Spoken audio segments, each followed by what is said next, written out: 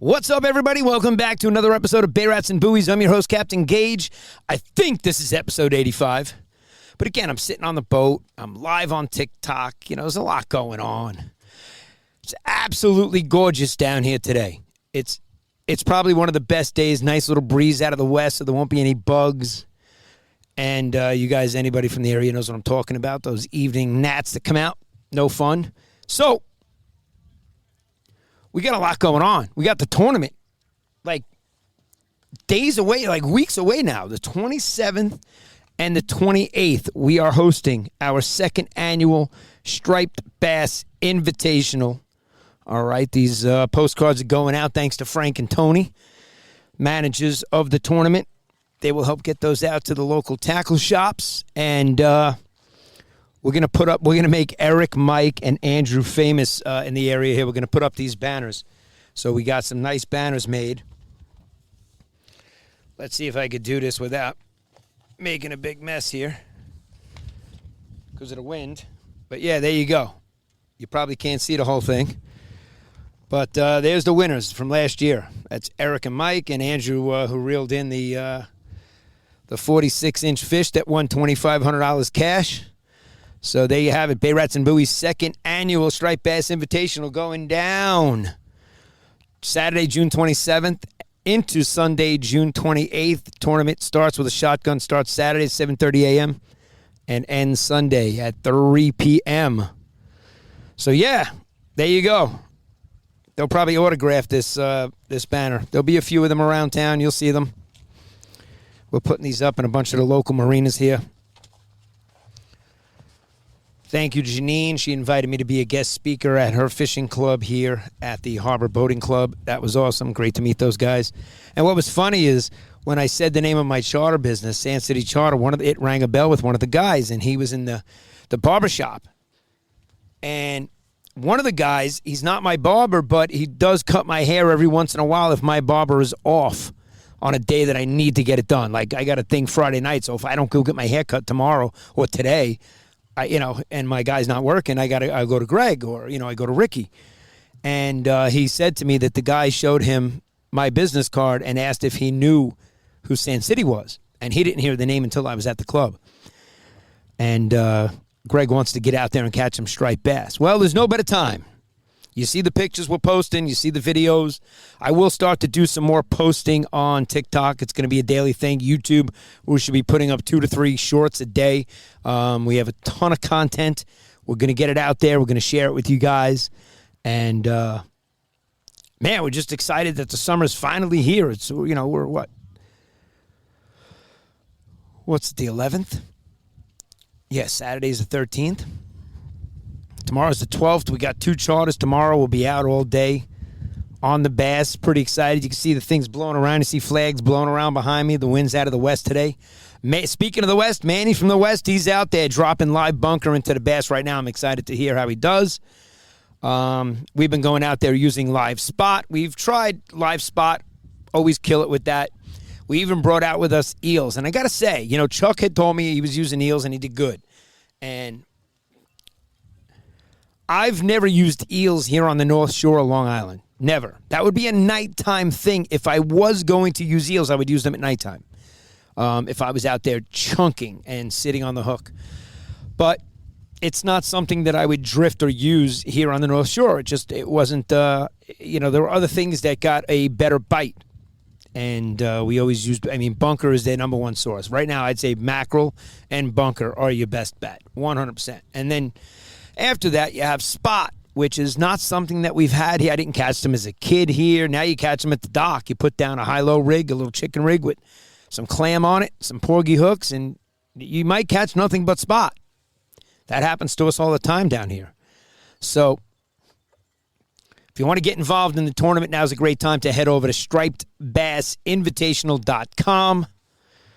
That's June 27th and 28th. We definitely need some more sponsors for that if you guys want to get involved. There is a sponsor page on that website. You can check it out over at sandcitycharter.com as well. All of the information is there. You find out everything you need to know. The form is there to fill it out. People are already starting to sign up, so it's good to see the numbers start to grow. But I know it's a tournament, And just like me when I sign up for other tournaments, everybody's looking and waiting to look and see what the weather is. I looked at the tournament registrations from last year. Thanks to Teddy and George, the beautiful shirts. And most of the signups happened once that 10-day forecast got released.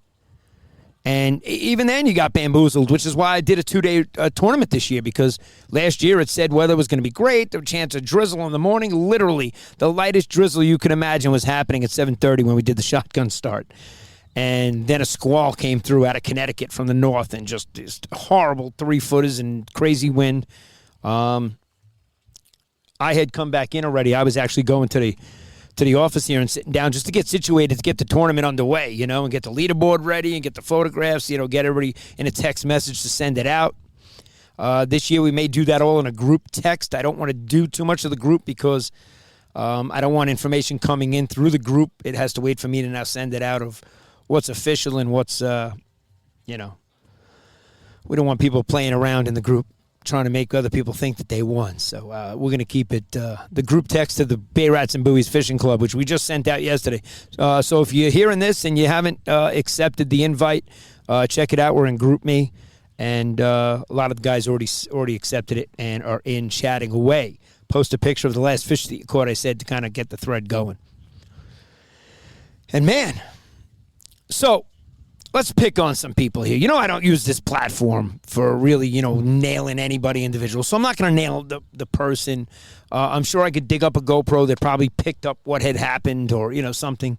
But Wednesday night, we're going out with Craig and his daughter Abby, and we're going striped bass fishing at 5 o'clock. He couldn't go until he got off of work. Great dude. He was here in my marina. When he got on the boat, I recognized him because I remember seeing him with his Rottweiler here in the marina going to his boat.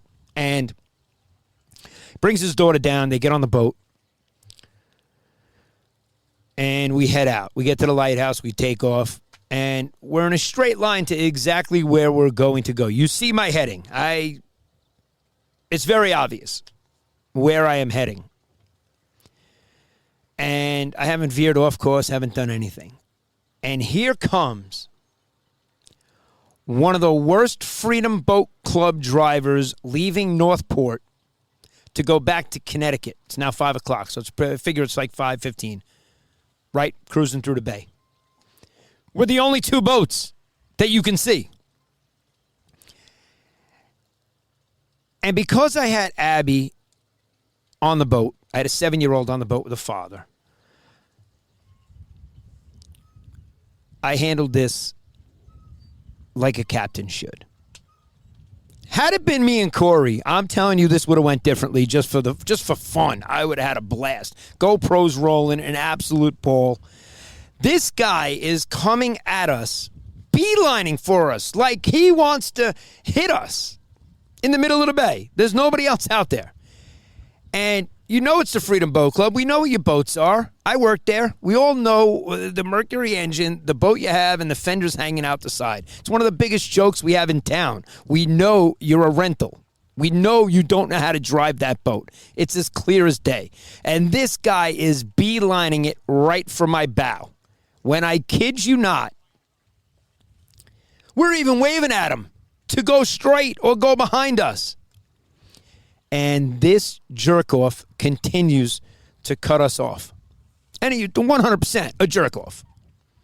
One of the worst boaters on the planet. And if he left Freedom at 5 o'clock over there and went back to Connecticut, he was the only one making that trip. It was last Wednesday. And unbelievable. Not a surprise by any stretch of the imagination. When you see the boats with the fenders out, assume they know nothing. Assume they just signed up for the club. And let's talk about that.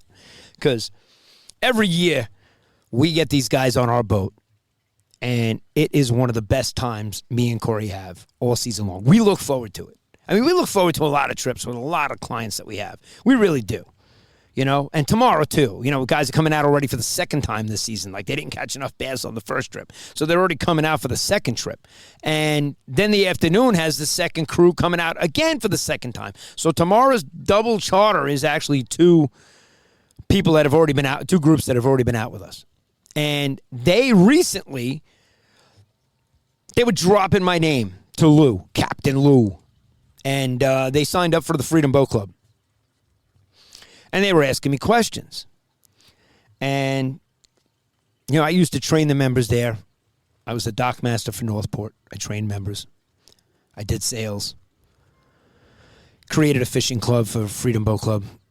Created the Facebook group. Did a lot of stuff.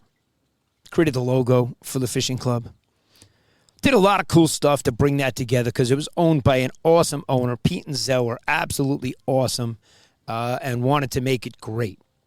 And I got to say, that was changed because of the members. Wasn't changed because of the owner. The owner wanted to go above and beyond what any other Freedom Boat Club owner has done for any Freedom Boat Club member. And the members were just, they were just members. They just don't care about the boat. They really didn't. I mean, to the point where they would take craps on top of the toilet. Like, not even open the toilet. Like, take a crap on top of it. Carve bait on top of a clear glass live well. And put scratches in a brand new boat. I mean, just the things they did, it's just, so I can go on for days and days and days. So I was telling this to the guys that had just signed up. And they said to Lou that they knew Gaige. And he was like, you don't know Gaige. And obviously, they know me. They've been out with me for years. And one of Scott's his father's greatest moments was catching bass with him on my boat. And when he told me that, he's made my summer. It's just an awesome memory that you get to create. And I did get to create that with Craig and Abby, because when you see this fish that Abby, the 7-year-old, reeled in on light tackle, top water action, fish blowing up all around the boat, not easy to hook into them, but what do we get them on? Brandon, you're going to love this. We get them on a glide bait. That looks just like a bunker. Now, Kory had gotten a white one. I got the one that looked like bunker. Looks a little more like a shad, actually. Doesn't have the bunker spot on it, I don't think. And crushed it. But you needed wind to take that thing like a sail and get it away from the boat, because they are light, so you can't just throw it real far. But it did go far from the boat, and reeling it back in, it got crushed by, look at how fat this fish is. I'll put the picture of this fish up here. And so Abby got her personal best. I mean, we said, who's going to beat that? And I don't know if we're going to have anybody younger on the boat that's going to catch a bigger fish. So she's going to get the Sand City Kid Award, where she caught the biggest striped bass on Sand City Charter. And she'll get an award for that.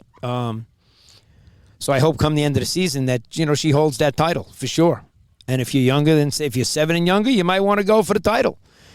But good luck, because look at the fatness of this fish. This fish was gorging. And it was an over, obviously, so it went back. We release everything. We try to, If there's a 31 that somebody wants to keep, or a 28, 29, 30 that you want to keep, they're going to keep it. They're allowed to.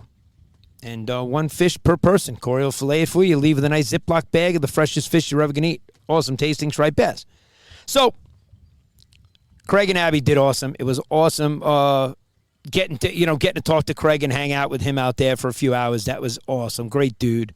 And, we love the locals here. We really, we have some of the cool locals. Speaking of locals, yesterday's phone calls was everybody was calling me from New Jersey. Like, you would have thought I placed advertisements in Jersey for Sand City Charter. That's how good the website does. And I got tons of calls yesterday where I was just talking to these housewives and these people that are traveling and coming here in a few weeks and want to book a trip. And I just had a ton of questions, which made me want to go put more answers on the website. That's all. More, if they ask a question there's no answer on the website, I go fix it, Less questions, more answers on the website, the better. So I appreciate all the phone calls and leads. I really do. I'm not, I'm not complaining. It was just yesterday was like the day for that. It was like, holy shit. So Scott, Matt, and Jera, one of the most fun groups that we get on the boat here. Absolute. I mean, it's nonstop. Before they get on the boat, it's already starting. It's starting when they're walking down the dock. And what a riot. And we love going out with those guys. And I'll tell you, the last trip, we've had some really amazing trips with them where we catch 20 fish and they're tired of reeling them in. You've heard me talk about them. They were tough to get on their last trip. Thank God we got them. But they were not easy to get. And, we're prepared. We actually put out a lure that we had never used that looked exactly like what the fish are feeding on. And I'll show it to you in the fishing club first.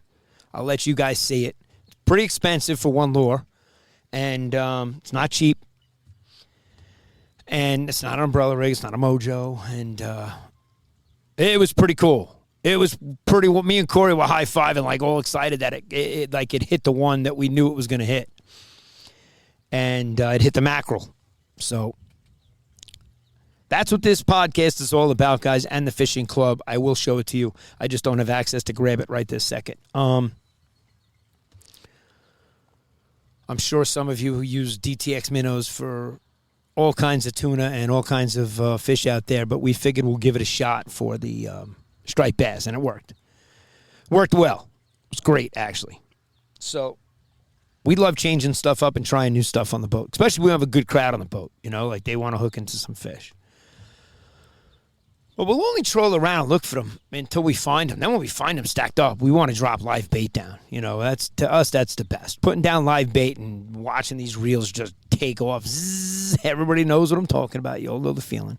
But as of right now, we got a ton of footage of the rods bending with the trolling. Forget about it. We've hooked up on so many bass on every trip that we're shocked when the bite's not red hot. It's not red hot. White mojo's been the thing that's been getting it done. That's been getting crushed. Does chartreuse get it done? Absolutely. Do you catch them on chartreuse? Yes. Does it matter the water clarity in the clouds and the temperature, all that fun stuff? 100% it does. So you got to kind of change it up, match it up to what's going on. The Mahjong spoons, absolutely one of my favorites. I've caught some of my biggest fish on Mahjong spoons. And then today I posted a video of somebody catching a 47.6 or 47.8 pound bass on the boat. And everybody's seeing the umbrella rig in the back. I mean, Kory could barely get this fish into the net. That's how big it was. It was this was a cow. This was a huge fish. And the reaction to the people, it's on TikTok. It's the latest video. I put it up this morning. I mean, it only has like 1,000 views, but I'm sure that thing's going to take off on YouTube Shorts and whatnot. I'm getting more into posting every day now, just fishing. All right? Just keeping it, fish getting hooked, rods bending, showing you the fish, showing you the release, showing you if we tag them. We're going to teach you how to tag them in our video. Maybe tomorrow we'll make the video. Me and Kory need to get out there. We've been so busy. We really have. I came from the studio today. Today I had to get the last radio show of the season done and out to the stations. It's because of the Spurs going to Game 5, and there's going to be a game Saturday night. Had the Knicks not lost a game and swept it in 4, I wouldn't have had to be in the studio today. I would have been out fishing this morning. However, I was in the studio this morning, and now I'm down here on the boat this afternoon sitting in this absolutely amazing heat. Don't complain that it's humid. You got air conditioning for that. But who needs air conditioning? Just get out here and enjoy it. Shut up. Quit your bitching. This ain't winter. We got plenty of time until the cold weather comes around. Get out here and sweat your ass off. The World Cup starts today. That made me think of that on the Diet Coke. In fact, in another 40 minutes, I think at 2:30 is the first game. Anyway, yeah, how about the Knicks? That was a game last night that most people are going to remember where they were when that happened. That's one of those games. It is. I mean, that tip-in with the amount of time left and Brunson's shot, the inbound pass, just everything, the way the whole thing came together, the crowd's reaction, it was just... Madison Square Garden was definitely a magical place last night, for sure. And then you see the videos of the animals in New York City. And there's no better word for them. The fucking animals. That's not happening here on Long Island for any sport. None. Zero. Not happening. Goose egg. Not a chance. Only for the animals in New York City, when your team wins, you go do that. Or your team loses. Or you throw things at the opposing players. Seriously? You guys are a straight-up embarrassment to fucking New York. 100%. And there's no better way to put it. There really isn't. But that was a great game. You can't deny that. I'm excited for the hockey game tonight. Great series. I had a game last night. What did I have a game? I had a game Wednesday night. Right. So today's Thursday. I had a game last night.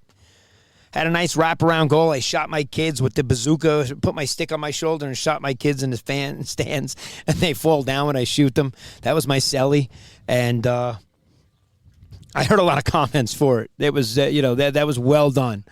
That was one of our better cellies. The kids were great. I mean, their reaction to it was phenomenal. So I'm still loving being on the ice. Thanks, Dean, for getting me back. Actually, it's Gonzo that gave me my skates that got me back on the ice, but Dean got me back on his team, the team that he plays with, and super excited. I'm actually going to jump into the Summer League for sure, 100%. Even if I have to go in as a free agent if the team doesn't do the Summer League from the end of June to September or end of August, whatever it is. I'm definitely in. And John over here on the Scout, 2 doors down from me here, he's like, yeah, he plays pickup. They play pickup games at Iceworks. So you never know. It's just, I'm telling you, the hockey community is a very small, knit community. And once you're in, I mean, my kids had an amazing time at Superior. And I brought this up to John, that I said they had their, last Friday they had their Stanley Cone. And anybody that has gone to these clinics and played in these things, you know what that is. Each one of my kids had a hat trick, had a blast. They were loving it. And when he heard the Stanley Cone, him and his wife both laughed. And they couldn't believe, that brings back memories for people because my kids are 11 and 13, the younger ones. And so that's it, this time of the year. I'm sure I'm going to get my invites to get out on the golf course. I got to get out and play a couple rounds. I probably should go to the driving range, start whacking a few balls around just to get, this way they're going straight. It's really not a hard sport. For those of you that suck at it, my old office, we used to train all winter long. I mean, chip-offs in the office, golf nets, driving, mats to hit into. I'm talking like 6x8 full-size mats, hitting into huge nets. So, when we're dialed in, we're dialed in. Ton of fun. So I'm going to get out there and do that. I told you last week I need an electronic drum set, so I can play at like 1 o'clock in the morning and put the headphones on.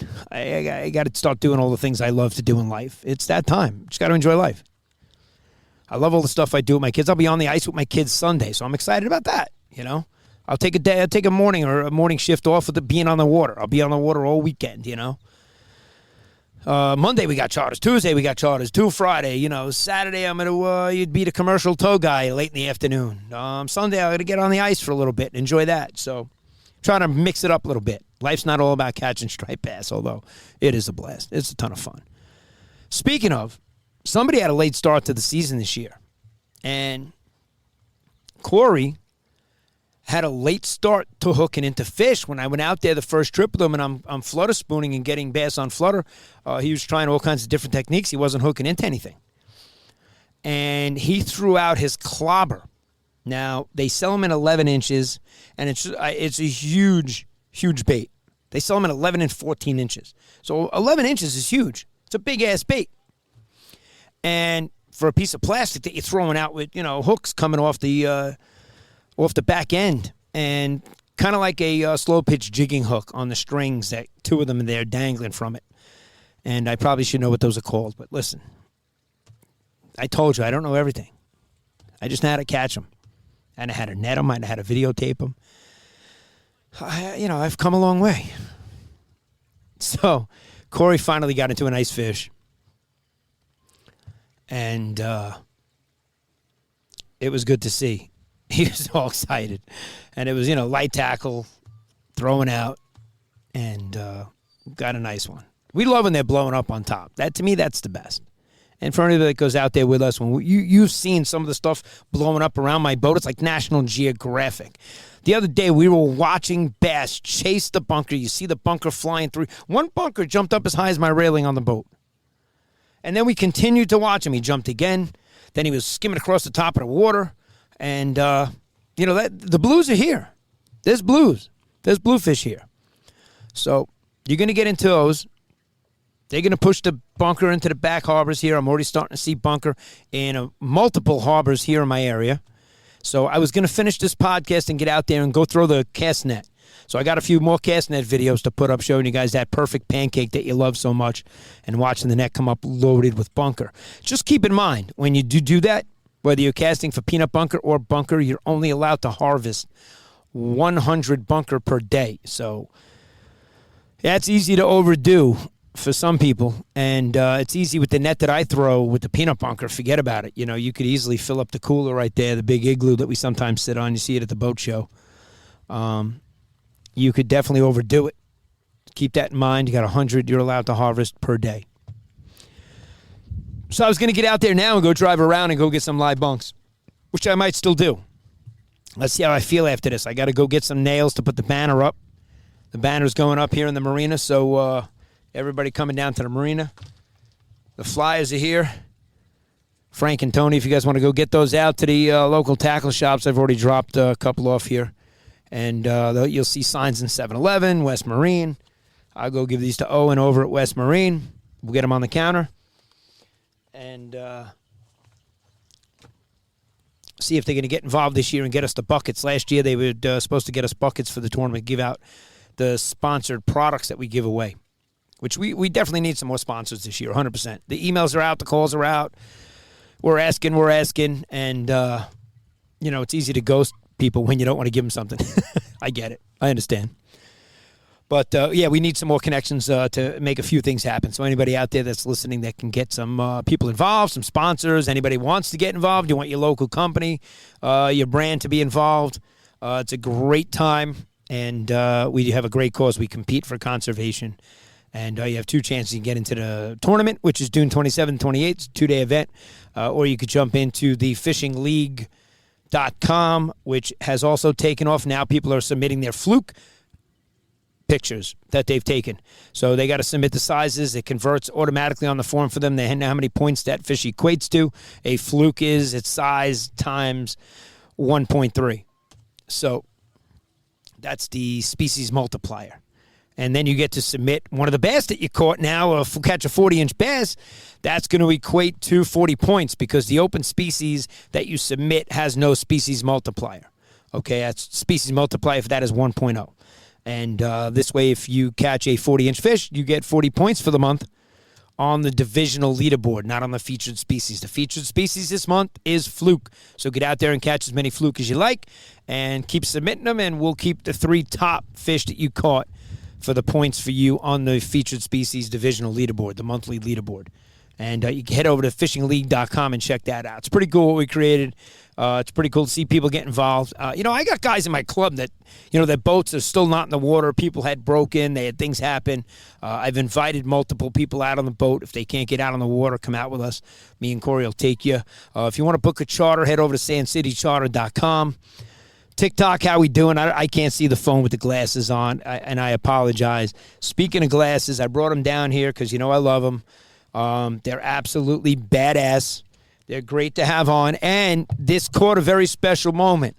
I would not have gotten the moment if I did not have the Oakley Metas on. All right, so I was recording one of the guys on Scott, Matt, and Jerry's trip. All right, I was recording the striped bass picture we were about to take. And they said to send it into Barstool Sports, and it's going. It's going. This is fucking hysterical.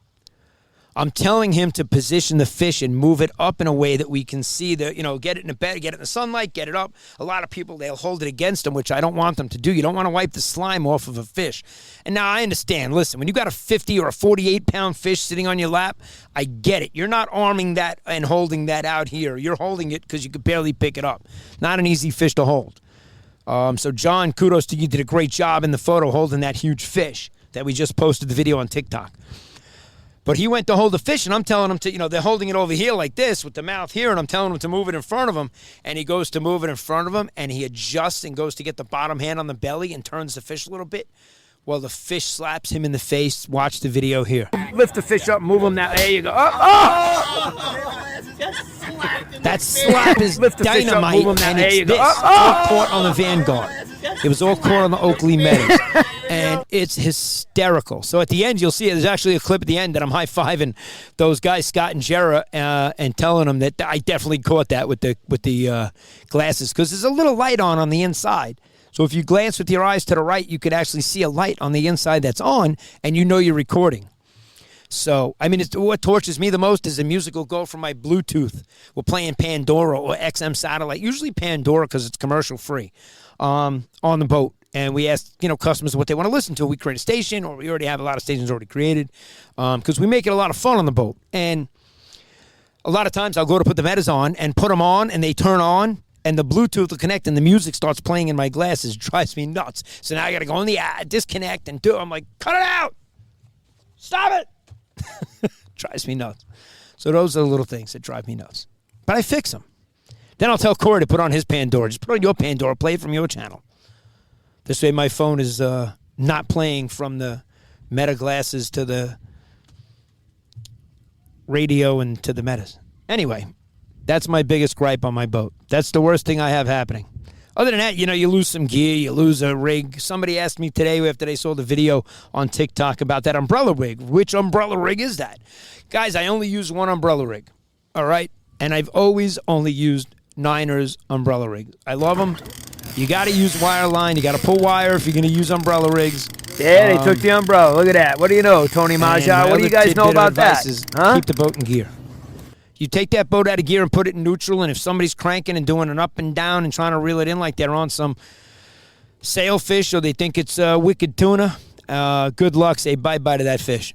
Bye-bye. Like Chef Rob would say, bye-bye. Chef Rob. I fucking love Chef Rob. He's coming up. When we tell him to come, so he needs a boat to get on for June 27th and 28th. He used Daniel's boat last year. That's the picture of him on the Green Goblin in the video, in the commercial that we just put up on TikTok, Instagram, Facebook, all over the place. Chef Rob's on that green boat right there, which you guys have seen him. You've seen him a million times. He's always, I get him on the podcast any chance I can. He's crushing it down there at Global Pizza in Godwin's Beer Hall, South Carolina. So he's got to come up with the captains. He's got to bring up Jamie. And they got to come up here, and I got to put them on some bass. We got to have some fun, for sure. Soon we're getting out there on the tuna. We're gearing up. We got mad connections. This year, I got to say, like Kory's going to pick something up today. I don't even know what it is. I got a text message saying, send Kory to this address. We got something for you. I don't know what it is. I have no idea what it is. I'm not even going to say the person's name on here yet. I will when I see it and I get it and we know what it is. But the connection is through the roof. Greg Sharp, connection through the roof.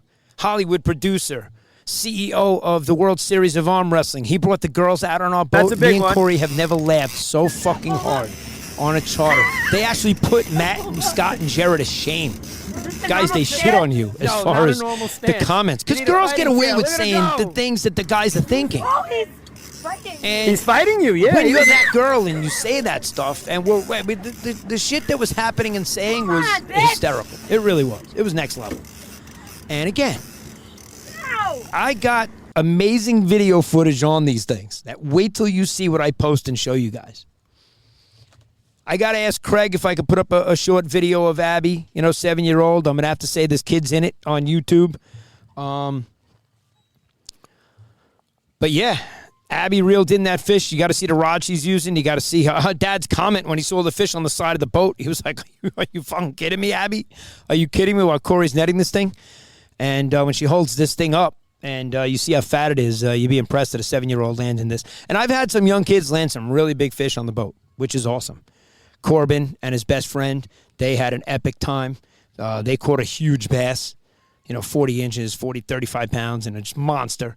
I've had some small girls flutter spooning, catching, 41-inch bass, 39. Guys, that's a big fish.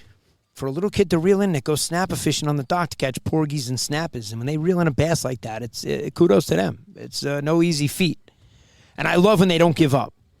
Jero will give up before a child on reeling in the fish. I'm shot. How much more line you got? He's shot. Mojo's you use braid. Umbrella rigs and spoons, you're going to put it out there on wire line. So you got to be prepared for that stuff.